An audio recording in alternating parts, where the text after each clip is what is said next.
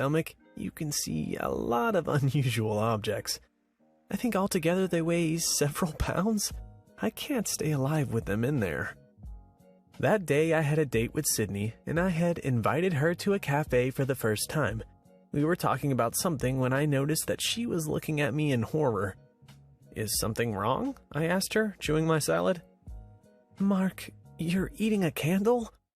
I looked down at my hand, and it was true.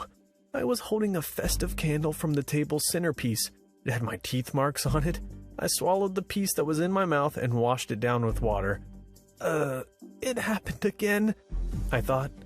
But I didn't have a single idea of how to explain this to Sydney. I bet my sister that I would surprise you on our date. Looks like I won. Sydney called me an idiot and left. I couldn't tell her the truth. We went to the same school, and she surely would have blabbed about it to her friends, who in turn would have told their own friends. And within a week, everyone would be pointing at me and calling me crazy.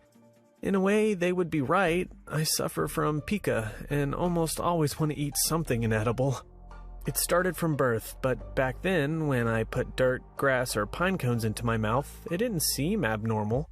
My strange taste preferences didn't go away with age. I constantly swallowed our cat's hair found on the floor, licked dust, nibbled tree bark and branches in the forest, and once, I even ate half of the pages in a children's book.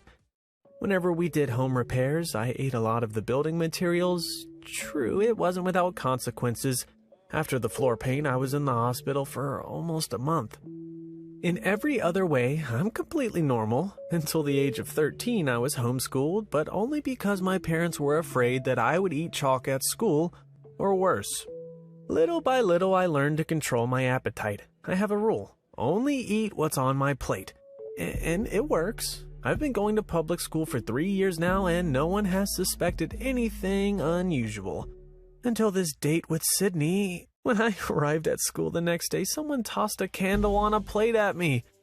As I had suspected, everyone already knew about what had happened. I came home so upset that I completely forgot about my rule. While warming up dinner, I accidentally dropped it and broke a glass of water. I picked up the largest fragment from the floor and I put it on my plate. I ate and thought about how to resolve the situation at school. When I had finished the pasta, my fork hit something solid. I looked at the shard and tried to pick it up with my fork again. I can still hear the frightening scream that my sister let out. She had come into the kitchen at the exact moment and rushed to take the glass out of my salad. I was startled and didn't get a chance to swallow it. So that's my funny, yet not very funny story. Now my parents want to transfer me back to homeschooling. A complete madhouse! That's all. Thank you for listening to my story.